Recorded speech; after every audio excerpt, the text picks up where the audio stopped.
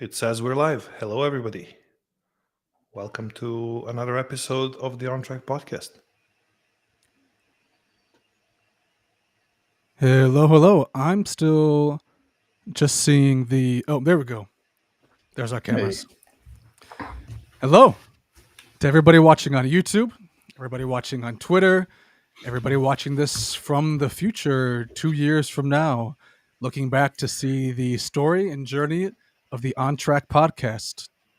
Welcome to episode 2 of On TRAC, a podcast brought to you by OriginTrail. In this show, we bring you all the latest and juiciest developments from the OriginTrail ecosystem and the verifiable internet for artificial intelligence that the OriginTrail technology is crucially enabling. For those of you who may be watching us live for the first time, just a reminder or some information about the format of the show. We live stream and live record each episode of the On TRAC podcast. We then take it back and we edit it for Spotify, Apple Podcasts, and other platforms. So if you missed this live stream, you probably aren't listening to me say this, so you won't get this information. But you will still be able to listen to it on Spotify and Apple Podcasts and basically everywhere else later on. Likewise, if you enjoy the show, but you have to leave early, if you want to hear the version where all of my ums are cut out, then check out the episode at the end. We do this once per month, and the format of the show is that we take your questions about the topics in advance. We incorporate them throughout the show, along with questions that I have prepared for our co-hosts and special guest for this episode. As before, we did receive a lot of questions from the community, so I'll try to incorporate as many as I can, but I will be prioritizing those questions that were on the topic of today's episode, which is delegated staking, AI agents, Gnosis Chain, and more. As always, we are joined by OriginTrail's illustrious co-founders, and we also have a very special guest today, Martin Köppelmann, who was the co-founder of the Ethereum Layer 2 Gnosis Chain. So, as you may have guessed from the title of this episode and what I just outlined, we'll be diving into track staking, delegated staking, the importance of securing the verifiable internet through OriginTrail, which is critically important during the age of artificial intelligence, the power of artificial intelligence agents, and of course, we'll be having a particular focus on the way that Gnosis Chain is playing a critical role in all of this. So welcome, everybody in the audience. Welcome, Žiga, Tomaž, Branimir, and Martin. I guess before we dive into the sort of core topics of the episode, just to kind of kick things off with a fun question, the OriginTrail team had a busy month. You had the GS1 conference, you had the Google OriginTrail meetup. So are there any fun takeaways? What was your favorite thing about those two important events that y'all were very present at?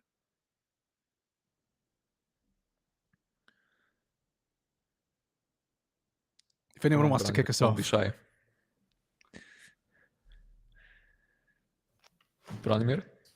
I guess everybody's shy. Yeah. I mean, it's been a very interesting couple of weeks for us. You can also hear it by my voice, which is kind of half there. And yeah, it's really hard to single out. Like, we had so many good encounters with, like you said, both Google crowd just 2 days ago in Amsterdam, and actually the OriginTrail community, who a bunch of you flew in to see the event, which was really a great positive surprise. It was really, really exciting meeting everybody. And yeah, it was really, really good, just exchanging ideas with the crowd over there. And at GS1 Global Forum the week before, it was very much about enterprise adoption and how actually we presented 3 different groups of implementations of OriginTrail DKG actually within the industry and based on the GS1 standards. So actually still unpacking what's happened over the past couple of weeks and following up has been really, really inspiring. looking forward to actually kicking things further on in parallel with those, especially now today that we have Martin with us here, because all the while these events were happening, the team has been working on actually releasing the major release of OriginTrail on Gnosis. So there's a lot of stuff going on there. That's also exciting. Looking forward to chatting about that in the podcast as well. And yeah, just overall very, very exciting couple of weeks. Does anybody else want to pitch in their thoughts from the events? Yeah, wasn't that good? I'm just kidding. It was really it was a lot of fun, man. Yeah, for those that maybe aren't familiar, but like starting with Brussels, it's a very fun event because it's kind of like a gathering of GS1 family in a way, because the GS1 by nature, they all have their national organizations scattered around the globe, and then once a year they bring the cool things happening within their ecosystem to Brussels, which is where their global office is headquartered. And yeah, it's very good to see, because there's a level of understanding already between the participants around the power and of the GS1 standards. So there's one kind of stair that you can always jump over already in the conversations. And now, where obviously Branimir mentioned, we were in a few of those sessions, I think 3 across the week, where we were showcasing the strength not only of GS1 standards but also pairing them with OriginTrail DKG and the capabilities of artificial intelligence. And yeah, I think it sparked a lot of ideas, so that was pretty cool. And then Google, of course, it was just a couple of days ago. I think Amsterdam was very exciting, and thanks from my end as well to those that showed up and those that tuned in online. Right. I guess I also need to pitch in. GS1, both GS1 and Amsterdam with Google. I think it was a nice continuation of what was started a few years ago already, 6 years ago, when we gotten into the audience of enterprises that really aim to use the technology for what it is intended. So for real world usage, how to improve transparency and trust when it comes to Industry 4.0, and now increasingly when it comes to artificial intelligence. And it's really cool to have a guest today here with us, Martin. Some 5 years ago, I believe, 5 years ago, we launched the first version of OriginTrail. I believe that was a version 4 or version 5 on Gnosis. And I'm reflecting again on that, since already back then, OriginTrail had a pretty formidable pipeline of companies that were intending to use blockchain for many interesting use cases. And back then, the main, I guess, bottleneck proved to be blockchain, more specifically, the Ethereum network, which was not intended for direct enterprise usage. And since we had moved OriginTrail Decentralized Knowledge Graph, I remember then, from just Ethereum to Gnosis. I believe back then it was still called XDAI. I believe we got even a 10x plus scalability in terms of the cost, and that actually gave us kind of this first a little bit more wide scalability to tackle enterprise challenges. And it's really cool to have Martin with us for us to hear, and the community to hear more about the plans Gnosis has, and also the complementarity with the project such as the Decentralized Knowledge Graph is for the verifiable internet for the artificial intelligence, which is now, I think, becoming a big topic, and is going to become an even bigger topic because the AI is essentially becoming the biggest bullshit generator there is.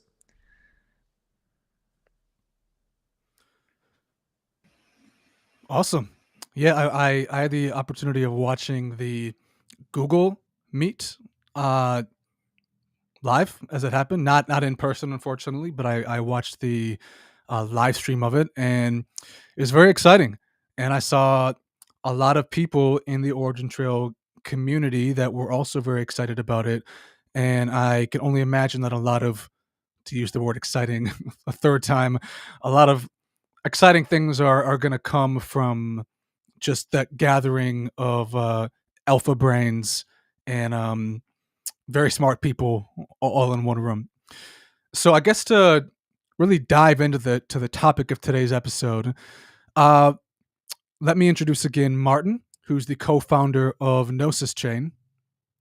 Now, OriginTrail v6 was just integrated with Gnosis Chain in 2023, and Gnosis Chain has been the home of Delegated Staking, the Delegated Staking pilot program that OriginTrail recently launched and has officially gone live. So for Martin, can you just give us a quick, very brief high-level overview of Gnosis Chain and how it works for those who may not be super familiar with it? Yeah, sure. So, Gnosis Chain actually started as one of the first chains beside Ethereum.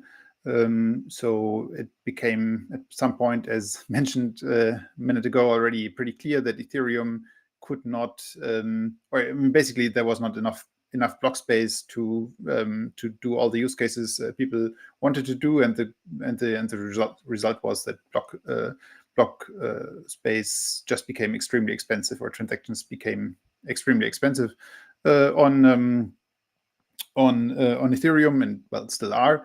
And so back then, XDAI started as a chain, basically saying, okay, we want to create something as similar as possible to Ethereum. We basically just want to create more of this block space that a lot of people like, because you can build great stuff on top of it. And at that period, Gnosis, we were actually building ourselves applications on Ethereum. So we started, we had them all on Ethereum, but we also had to go to other places. And then we went to this chain XDAI, back then called, simply because, transactions were much cheaper. And a few years later, we had to decide, or basically we came to the conclusion that we should double down on this chain, and we merged with that team and turned essentially this chain into Gnosis Chain, and to make sure that it is very well developed and kind of continues. So what it does is it's a chain as similar as possible to Ethereum. So it uses the same staking mechanism as Ethereum, and that is it's basically the only one besides Ethereum. So that means we have a very large validator set, and we are kind of proud that you can essentially everyone can become a validator on Gnosis. All you need is one GNO token, and that would make you one out of currently 200,000 validators that are running the chain. To us, that's super critical to have not a chain run by, I don't know, kind of 3-4 entities or 3-4 large data centers, but actually from a wide range of people. So that's kind of just Gnosis Chain in general. But in the last year, we put a larger effort, simply saw. Everyone saw it, kind of the explosion of AI. But of course, we were specifically interested in agents. So in a way, taking AI a step further and giving it capabilities. To do things autonomously, and we feel or are convinced that blockchain is the perfect kind of substrate for that. So an agent kind of won't get a bank account, it won't get a credit card, but still they want to be able to pay each other and do things. And blockchains are in that sense super machine friendly and agent friendly. And that's where we started to build a cluster and do various activities. We will go into those, I'm sure. And that's where also the connection, or the kind of connection again to OriginTrail came. As mentioned, they were in a way on the chain before us even, but now we are kind of doubling down.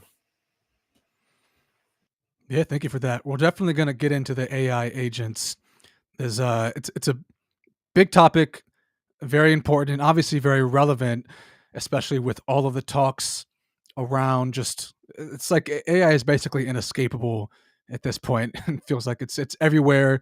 It's in every conversation that I have. It feels like it's certainly everywhere in the crypto world. But before we dive into that, just to stick on the staking topic for a minute here. So, like I said before, delegated staking is obviously now live on Gnosis Chain. And I just saw that as of February 28th, which is yesterday at the time of recording, over 18 million TRAC tokens have already been staked on the chain. So last episode, if you missed it, I suggest you go back and watch it. We went into a very sort of detailed look into what delegated staking looks like, sort of a very brief summary, and the OriginTrail team can obviously correct me if I'm wrong here, but users delegate their TRAC to nodes. When a publisher publishes a knowledge asset on the DKG, the nodes host that asset. They get paid in TRAC in return, and everyone who participates in the staking gets a percentage of those rewards as well, along with the person who is running the node.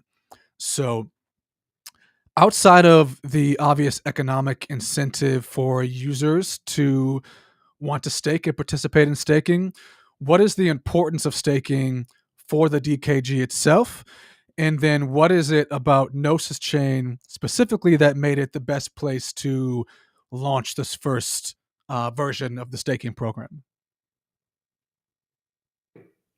Yeah, I think that's a really good question, to the one that you last posted, to start with and continue off where Martin was explaining Gnosis Chain. I think we had a really great experience over the years, and that's not for just no reason. It's because it turns out, and that's also why we chose Gnosis back in the day.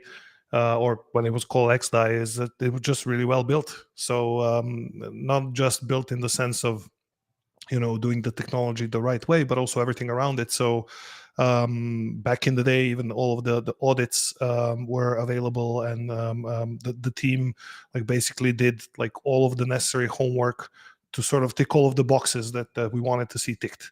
So if you see all of the things going around generally within Web3 space, you see all kinds of things from bridge problems to just generally chains halting and whatnot. We never had the single thing like that happen to us with Gnosis, and it's been really a pleasure, and it's obviously due to the quality of the team. So it's one of the big reasons why everything OriginTrail related to Ethereum essentially in the last couple of years is happening there, and it's showing basically really good performance. So it was a natural choice. It was a really natural choice. We also have great admiration for the team behind Gnosis, because they're very much OGs since, Martin can correct me, but I think 2015, 16 something, when you guys started building. 14. 14. Wow, 10-year anniversary this year, right? Yeah. Awesome. No, it's fantastic. I mean, this is and it's building all kinds of things, right? So we've seen everything from from our experience, the most safest, I think, multi-sig wallet even to today. Started as a multi-sig wallet, then became safe. So then outside of safe, then the chain, obviously, and now all of the new cool stuff that you guys are launching. I'm actually very curious to ask you about that later, to tell us a little bit more about what else is new in the world of Gnosis. You mentioned the AI team, but also the Gnosis Pay. So I think in general, there's very few teams you can come around and say that they've done so much in such a good way. So there's it's very, but I would say very easy choice to pick Gnosis Chain as one of the chains to go to. And yeah, when it comes to staking, I guess I wouldn't want to go too deep because we did really go in depth last time, and there's actually a lot of info right now. I encourage everybody to go and check out the staking page on the DKG Explorer. Essentially, there's almost 10% of total amount of tokens locked in staking right now on both chains, and the first releases have been out. We've been basically working on like verifying that everything is operating correctly and that all of the system properties are in line, the KPIs are at the right pace. So overall, it seems like it's going pretty well. And what we're seeing on Gnosis, which is very interesting, is essentially a ramp up of kind of a different nature of knowledge than what the community might have been previously encountering on NeuroWeb and generally within the chains. So there's a lot of public knowledge that's being published and on Gnosis. So yeah, it's going to be very exciting. And anybody who's interested in this topic, one maybe point here that is kind of different than your usual staking that you hear about in crypto is that it's not inflationary. So it's not like somebody somewhere coded some nothing against inflation, though, don't get me wrong, but it's not like just printing machine creating the rewards or APR or whatever you want to call it. Rather, it's different. The token is already basically totally minted, and there's no inflation, so that essentially the rewards are from the usage of the network. So whoever is publishing knowledge assets to the network, they essentially pay in TRAC tokens, just as you use ETH on Ethereum to pay for gas, or DAI, XDAI on Gnosis. Pretty much the same principle applies here, using TRAC to use the DKG. And essentially these fees are then distributed among everybody who's participating, and that meaning the people who are locking their TRAC in the nodes. So it's really exciting. We've been really looking forward to this release for a while, and yeah, I'm really looking forward to seeing what's unfolding in the next couple of weeks. There's also a very interesting note here that I guess we haven't spoken about before, or we did maybe mention it at the Google meetup, but one of our advisors, Dr. Bob Metcalf, is also running one node on the DKG. So the founder of Ethernet and Turing Award winner has currently, I'm looking at the page, node number 6 in rank of stake. So that's a pretty cool new thing. It's actually him. It's not like somebody making a joke out of it and putting up a name there. So there you go. If staking is not interesting to you, then it's interesting for Bob. And yeah, we had him speak at the event. It was really interesting. I'm looking forward to seeing what he has to say after a few months. But yeah, really excited for this.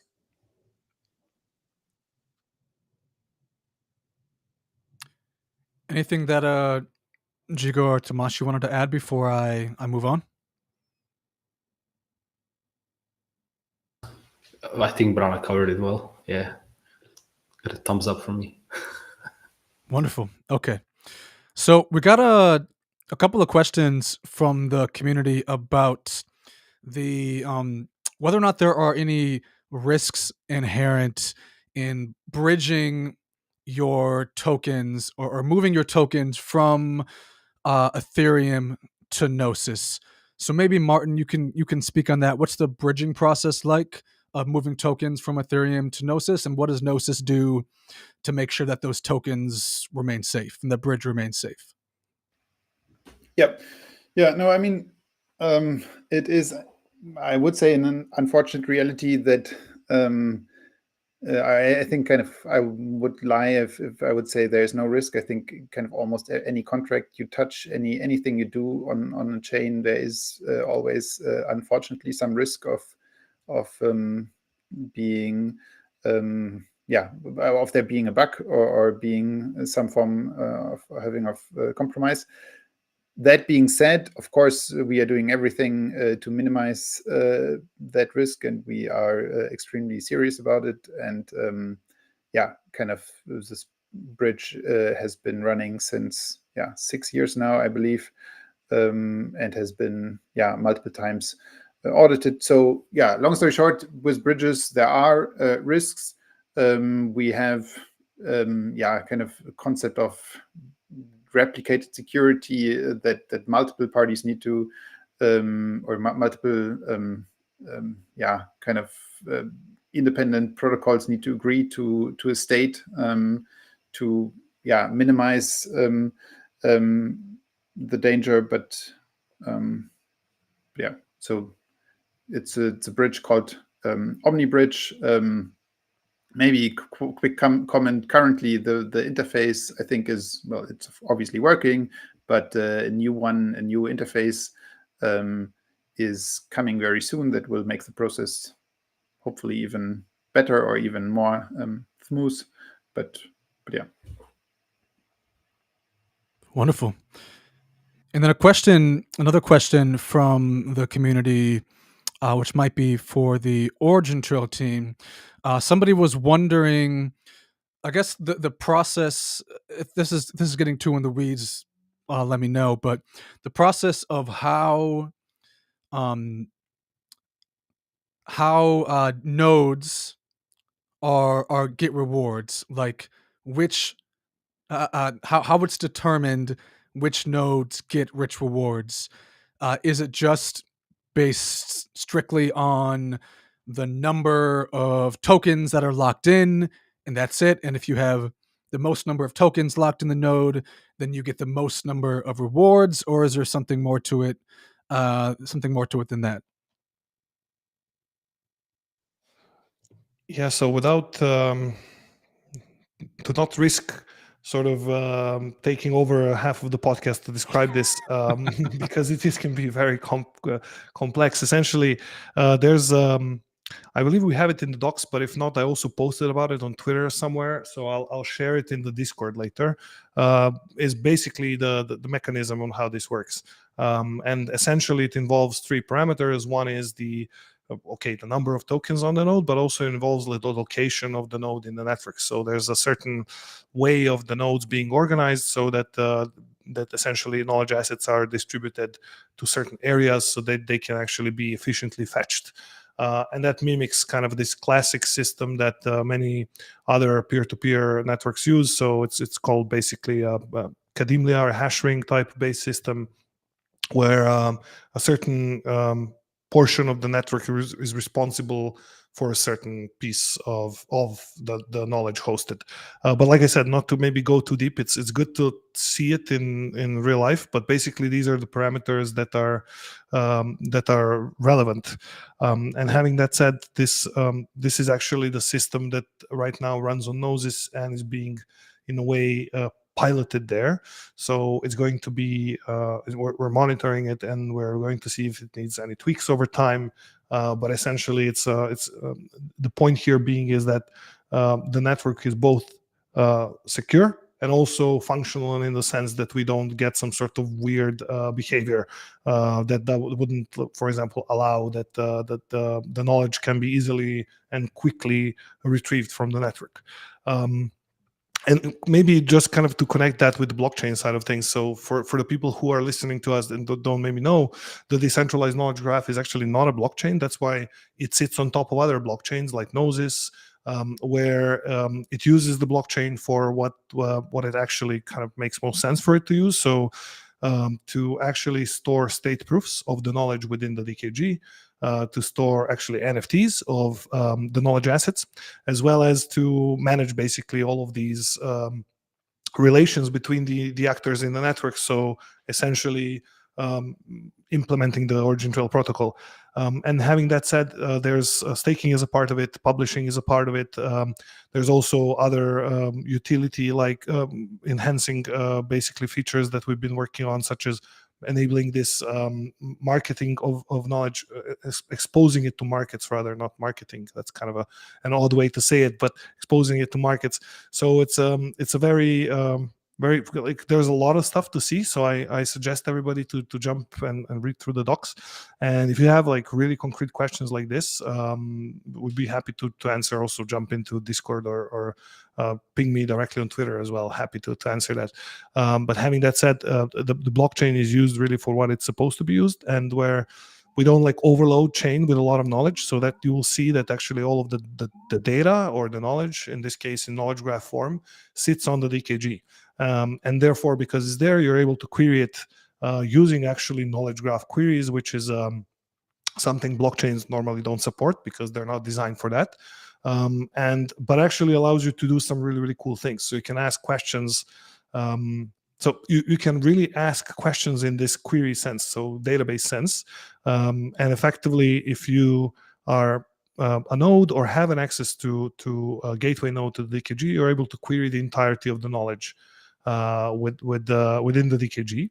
And what's been really cool the last couple of months, and that's why we'll be talking more about AI today, is that AI helps you a lot with actually doing this querying. So you can query using, for example, natural language, and we've been showcasing those the last couple of weeks, especially for the various industries.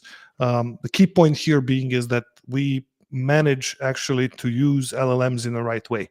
So the way that we showcase this, and we'll talk more about today, is that actually instead of going into the, asking the LLM to just give you an answer, which it might get right or maybe not, we actually go kind of the other way in this retrieval augmented generation way, where actually the LLM is used just to help you, kind of bridge between, you kind of, instead of you writing the query, you sort of saying the query. So you can say, for example, I don't know, is this meat organic, or where does this product come from, or who has been, which other, let's say, similar artists to these artists that I like, can you show me?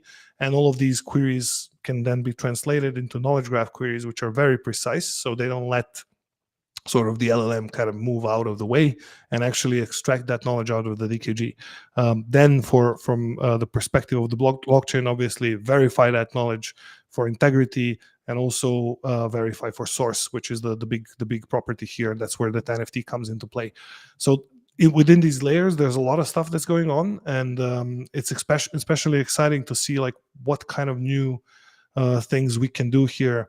And one of those things, and actually I kind of want to actually take over your role as the moderator here to ask something to Martin. I know you guys have been doing quite a lot with agents lately. So can you tell us a little bit more about what's happening within the domain of Gnosis and AI agents, and how is Gnosis team taking a role in this world? No, for sure. So, I mean, as I hinted at, we think AI agents are an extremely powerful thing. I'm currently actually working on a blog post that describes them as a new form of life, literally. So it's a thing that can, at some point replicate itself and kind of spread and accumulate resources. But even without going that deep or philosophical, so short term, one of the things that agents are certainly already good at is collecting, finding knowledge, or basically extracting, also specifically extracting knowledge. So therefore we have started a program where agents are trying to make useful predictions, and that can be about about really any real world event. So what's happening in the economy, what's happening in elections, is a company releasing a product, is what's happening in Ukraine, really whatever. And we are asking questions that are, later easy to answer. So kind of in 1 or 2 months, it will be easy to say, okay, this has happened or this has not happened. But right now it's of course unclear. And the role of the agents is now to make right now predictions about whether something is happening. And the nice thing about, or why we picked that as a first task for agents, is because it's challenging. I mean, making a prediction about the future is a challenging task, but it's also still kind of verifiable. I mean, it's not immediately verifiable. If you get a prediction right now and says 40%, I mean, it's not by no means easy to say whether that was correct or not. But if you create thousands of those predictions, and we are doing that right now, then a few months, or I mean, like over time, you of course, create very good track records of how precise those predictions are, and therefore you kind of get a pretty good measurement of how much actual knowledge or how much value, in a way, those agents are creating. And that's essentially, so in summary, we think AI agents will be able to do all kind of tasks. Short term, it seems like an interesting thing to kind of collect knowledge, and a good way to quantify this knowledge is by kind of turning it into predictions, because that's measure, or that can later be measured. That's where we are so far. The outlook is, or we that we have done with a couple of teams in the space, to mention just two, Autonolas and Nethermind, but now I think with OriginTrail there are a bunch of ways how that can, or can kind of where there's overlap. And I would say, I mean, the primary two things are that I think at some point the agents will be collectively good enough to actually contribute to the knowledge graph, because obviously there's much more data available on the internet that is not yet in structured form, like you guys are doing it. And this task of kind of converting unstructured data into structured data, that seems extremely promising, that agents are capable of doing that. Of course, comes with all kind of challenges, because AI is definitely unreliable. But then you have ways to aggregate that and kind of have it, I don't know, do it 10 agents can do it independently, and if they all come always to the same kind of structure, then it seems pretty reasonable to assume that is the right thing. So basically saying, one is I assume AI agents will be a big contributor to the DKG, but of course also the consumer. So to do the predictions, or I mean later any task, but short term, let's say the predictions. If there is a DKG available that has any information in it that are related to the topic they want to do this prediction, in that case, then of course they are also a consumer of someone, and that kind of further means that that we can kind of divide, or that we can essentially have more agents working together. So kind of a single agent doesn't need to do everything, but it's more like there are agents that build up the knowledge graph, and then there are different agents that then consume that knowledge, or consume information that other agents have generated. So yeah, I probably pause here. Yeah, this is really like such an exciting field, because it's especially when you say, like, there's like both consumption and production side of it, but there's also like a really nice angle to it that I think is coming from really from natively Web3, or what you guys have been doing for so long, which is prediction markets, which really well complements knowledge graphs. So this the notion of prediction is kind of a very, let's say, old problem within the knowledge graph space, which is in a way, when you see graphs, there's like, it's always kind of some entities and relations, right? So for example, I don't know, for example, Martin is Branimir's friend, or friend of Branimir, something like that. Those two, there's two things, and then in between there's a relation. So there's the kind of the traditional set of problems here is either you have two things and then you try to predict what the relation in between is, even though the knowledge graph doesn't know it yet. Or the other way around is you don't have the things, you have one thing and some form of relation, and then you kind of try to predict what's on the other end. So, for example, if the knowledge graph doesn't have this information, it cannot say like, I don't know, okay, so who is old friend of Martin? And then using the knowledge within the knowledge graphs would sort of give you some probability of what other entities in the graph could be there. And that's kind of a classic way to look at it from knowledge graph perspective. What's really great about prediction markets is that you can really use this notion. I believe it's called the wisdom of the masses, right? In that sense that it provides this economic incentive for people to reveal information, or people or agents. Well, I guess people are also in some way agents. We do agentic behavior. So it's really exciting, and for me especially, I would love to see like how these two help each other, because I think literally before Gnosis and DKG were connected in this way, this was not possible. Nobody was doing this because it was either one or the other. So it's going to be very interesting. I'm super excited to see how that could work. I'm curious.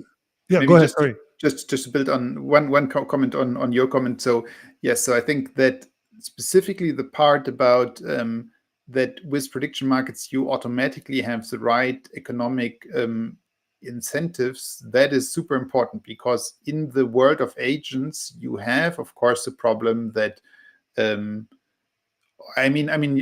can come say you have here trusted entities and they vouch for that content, and if you have that, great. But if you enter this world of agents, then kind of everything is kind of untrusted to some degree, and everything is somewhat unreliable. So it's very important to have in that world to have robust, kind of economic correction mechanisms in a way, and there prediction market does very well, because you could short term make a prediction that is very wrong. But the idea is that if you do that, then you are essentially opening yourself to losing that money. And the idea is, if there are enough agents in that space, that then basically, the ones that do wrong predictions will kind of lose money, and kind of those who are right and who are kind of contributing useful information or doing kind of are generating actual knowledge, that they will kind of dominate or take over.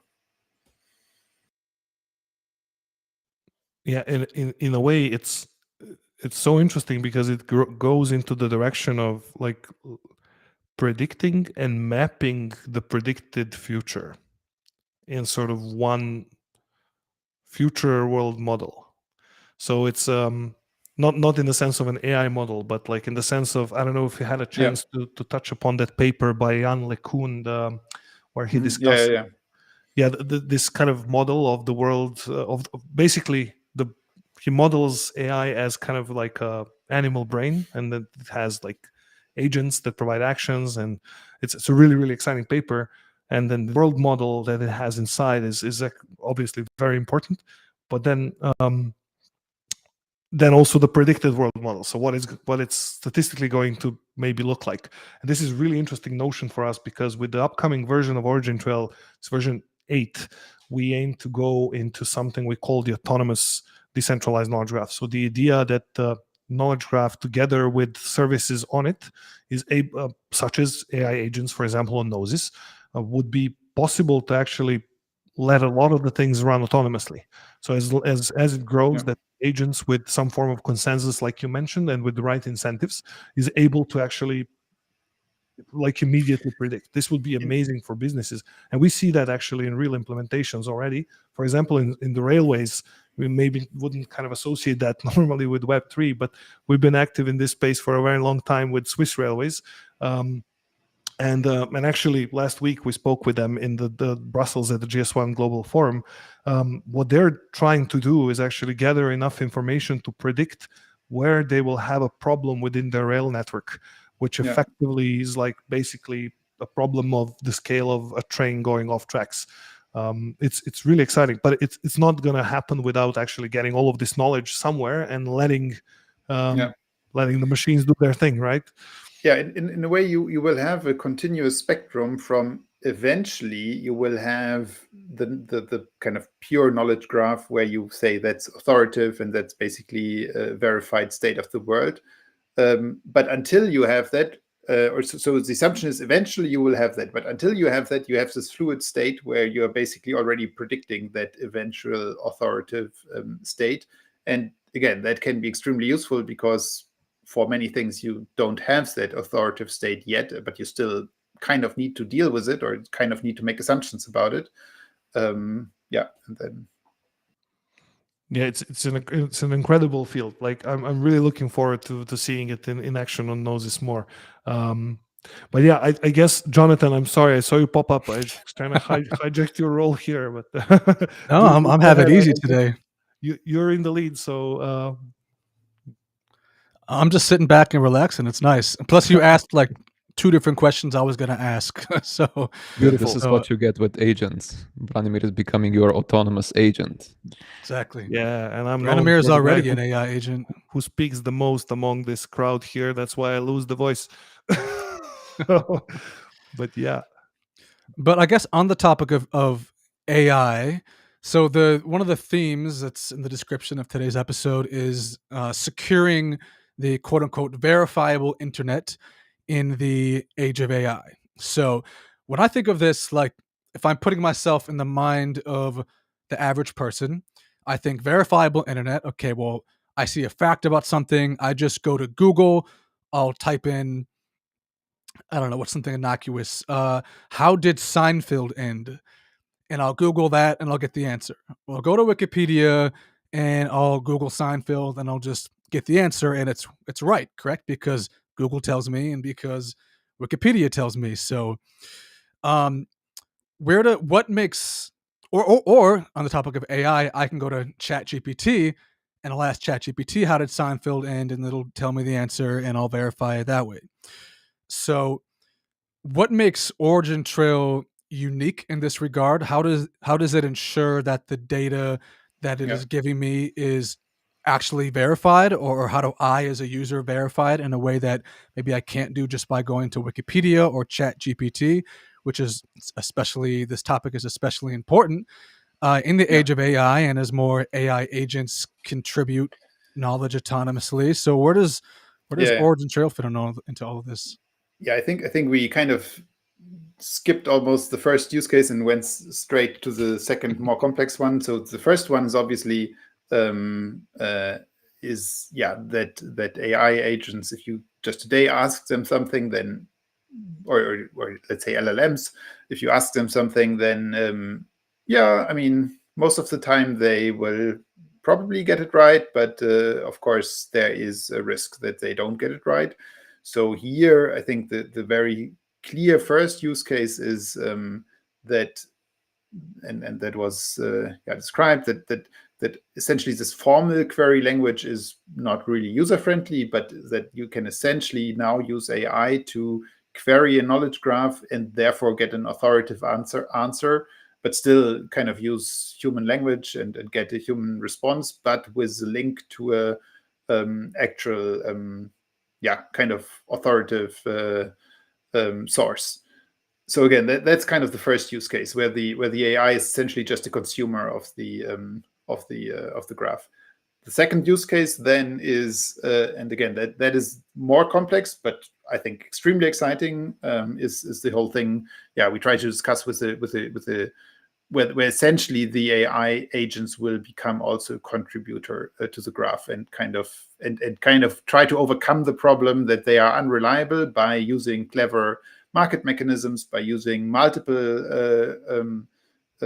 sources. But eventually the goal is that the graph can be expanded dramatically and we kind of have much more about the world in this structured format than we have today, and that agents will play a big role in building that.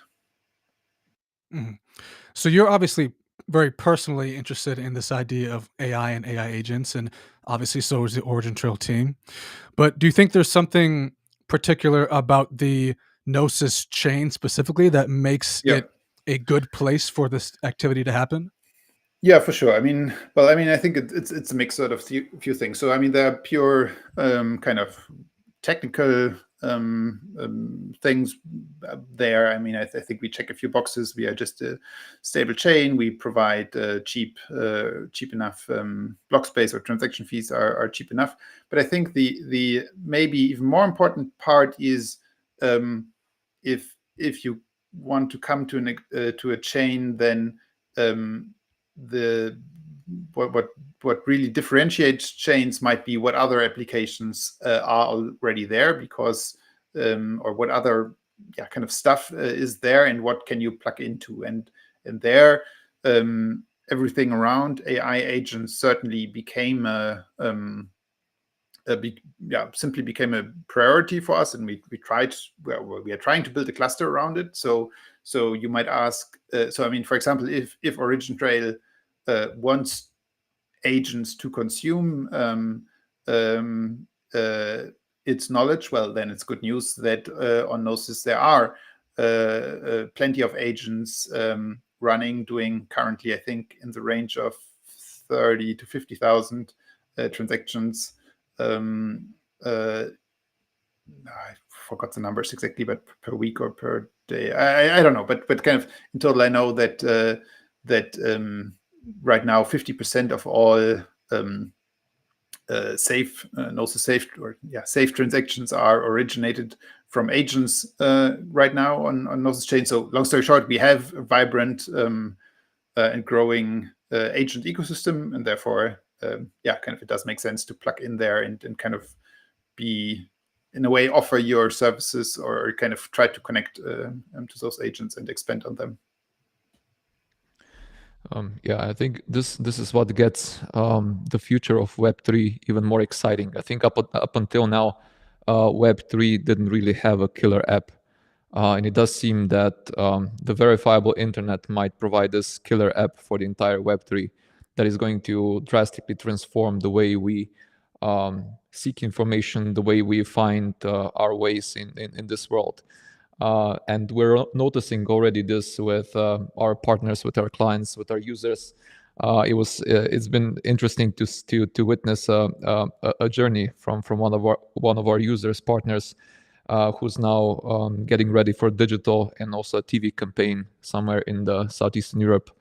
And it was interesting to follow the reactions the person had, the chief marketing officer, after testing out the first solution, which was essentially kind of a ChatGPT-like solution, but for that specific purpose, pre-launched for them. And funny thing was, it made her smile, and that's an interesting thing.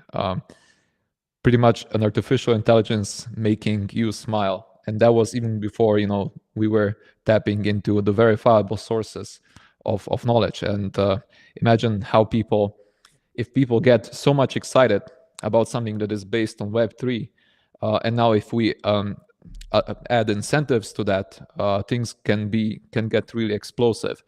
And I'm really excited about the white paper 3.0 that we're launching within this week. The first working version will be released tomorrow.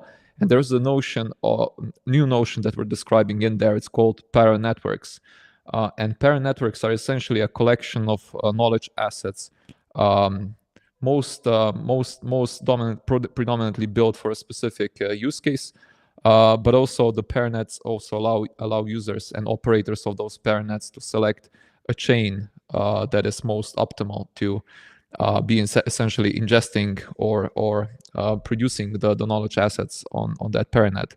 And Gnosis Chain seems to be a very, very good candidate for, I would even say, most of the contemporary applications, AI applications, because of its agents that are running and transacting on each chain. And it's going to be really exciting to see how much more powerful this modularity will become between projects like Gnosis and OriginTrail. And even just recently, we started working with a international sports organization.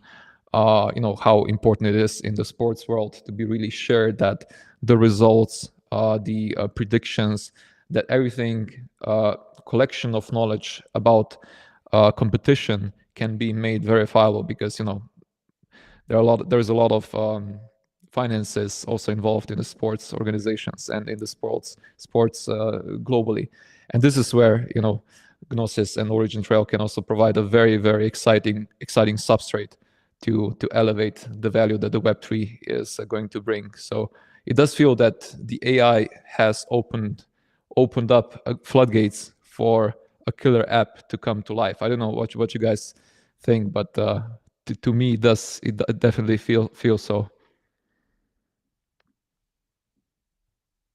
Yeah, I mean, if you look at it from the perspective of complex technologies like a blockchain, for example, I still to this day, even though it's not that young anymore, like people have a hard time of grasping not just how it works, but what it can do.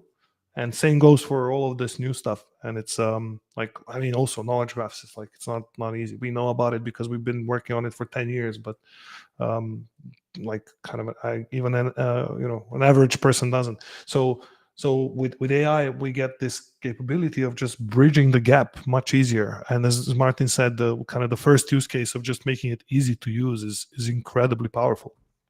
And then think of these, let's say, traditional businesses such as the railways that I mentioned. Like the people working in that industry are not as tech savvy as they are, in our world of Web3. And just by enabling them to get in touch with this technology is incredible enabler. It unlocks like a incredible amount of use cases. So it's just by making it easier, it's going to be an incredibly exciting time. And then plus all of this exciting, great, one would say almost futuristic stuff we're talking about here, because we're literally talking about, in a simplified way, a kind of a future telling machine. And it's going to be very, very exciting, and how we live in that world. But also I think also one really important point is we also run into the situation where with this ease of use, there's going to be also ease of producing content. It's essentially content on the web has been growing exponentially over the years, right? Over all of the years. And then now we get into the situation where it's literally cheaper and cheaper every day to produce new, really high quality content. Like if you asked me a few years ago, like, would it be this easy for something to, like, I don't know, go to AI and you say, write me a poem in the style of Shakespeare, or write me a Python script that does this? Normally you would kind of need a programmer or like a poet, a very talented one, and turns out AI can do that very easily. But not just that, like generate video and all of this stuff. So what happens when we cross the threshold where there's more synthetic generated data on the web than real data? And actually, that's kind of a tricky point, because a lot of the research and the latest literally happenings around the last couple of days show that we might be reaching something called model collapse, because as models basically learn on pretty much all of the data that's real, and it starts learning on the data that it has generated, it starts actually deteriorating in performance, which kind of makes sense, because it kind of ruins this, deteriorates this this sample of possible things or futures in the world by generating all of the possibilities, and therefore the model can no longer like distinguish what makes sense or doesn't, because everything starts making sense.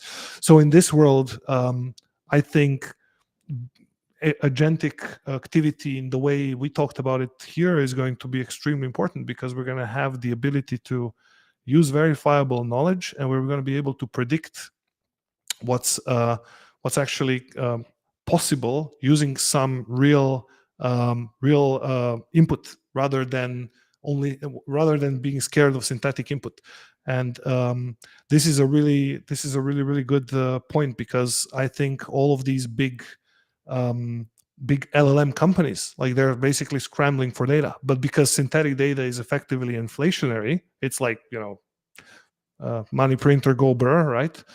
We need we basically need a way to find what is real, what is the real information, and that's going to be what we're talking about here, this verifiable internet. We're very excited to see actually how that works with this new feature that we're talking about here today and the couple of days ago, which is called Paranets on the DKG. So the ability to launch essentially bundled knowledge assets with bundled services such as AI agents on a particular chain to enable or services that are off-chain as well, such as, for example, services with Google. For example, you might want to use Gemini. Somebody like Google actually could benefit from all of this verifiable information from, for example, in their grounding API that they use to verify the outputs of the models. So a Paranet, for example, within a kind of a Google Paranet would be able to benefit from, let's say, being launched on Gnosis, using the agents on Gnosis, but also combining it with its own services on Google side and being able to essentially merge these two worlds together. That's going to be very exciting. And I guess, but time is flying. I apologize if I take it away, Jonathan. I see your message that we're almost at the end. So I'll close it here. Does anybody want to take it over? I have maybe one question for you guys. So let's say someone who comes more from the Gnosis, or kind of has more the Gnosis background, and hears maybe about OriginTrail here for the first time. What would you say for them is a good starting point to get involved or do something? Who wants to start? Yeah, definitely jumping to the docs. Like there's a lot of information there on how one can do literally build something with OriginTrail. There's a new white paper coming out literally within the next couple of days, which we're releasing, that is going to explain all of the stuff we talked about today. We're also refreshing our Discord channel, so that's also going to be a really, really good place to come in and interact with everybody building within the community. And finally, also there's a bunch of programs for builders called ChatDKG through this ChatDKG framework. So it's a really great question, and we should actually post all of those links after the episode, and so that the Gnosis community can get involved. Cool. Yeah, I think that's very, very helpful information. And I think we can also include those in the show notes for this episode. So I'll make sure that those get included. We are basically at the hour. So I guess I'll ask just one short closing question, and each of you can go around and give me your soundbite answer to this. But to close things off on another positive note, what is like an exciting current favorite or upcoming real world, real value project, tool, use case that's being built on the DKG right now or being built on Gnosis right now that people can go and check out if they want to learn more about either one of these projects and what the actual impact is? Yeah, I mean, there are so many. What we built, essentially, we rebuilt the way you're being served food in some of the restaurants. More particularly in one of the restaurants close to our offices, you can verify where the food is coming from, and you can chat with the menu using AI and AI based on the DKG. So I'm not going to say that's my first personal favorite, but I would mention it because I like food. But there are so many others, from the new stuff coming, also new European projects that are yet to be announced, the sports organization getting involved, the TV commercial that's going to be aired. There's going to be plenty of fun, plenty of laughter around the applications that are coming out. And perhaps the culmination of all of it is our ability to allow also other builders to tap into the DKG and also Gnosis to set up Paranets, which is essentially DKG commoditized, and then launch their own solutions. This is where the real magic will start happening. And for that purpose, we're also releasing a new white paper tomorrow.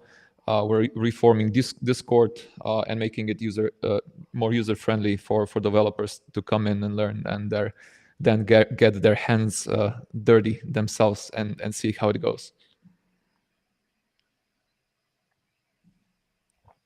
I think it's really, really also exciting in the Gnosis ecosystem. Perhaps Martin can just give us a few highlights there as well. Gnosis Pay, I suppose, is Sure. one of the latest cool things.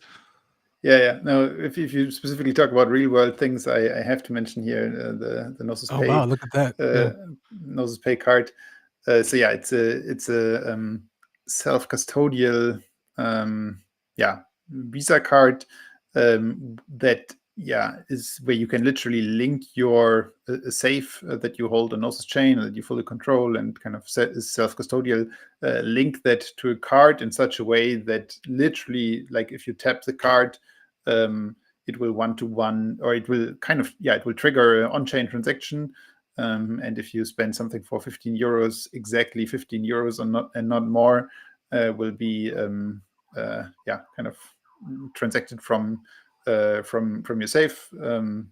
So, and that opens up a whole world of, or essentially it opens up a whole world of possible integrations between the payment process and anything you can imagine that can happen on chain, be it DeFi integrations, be it NFTs as reward programs.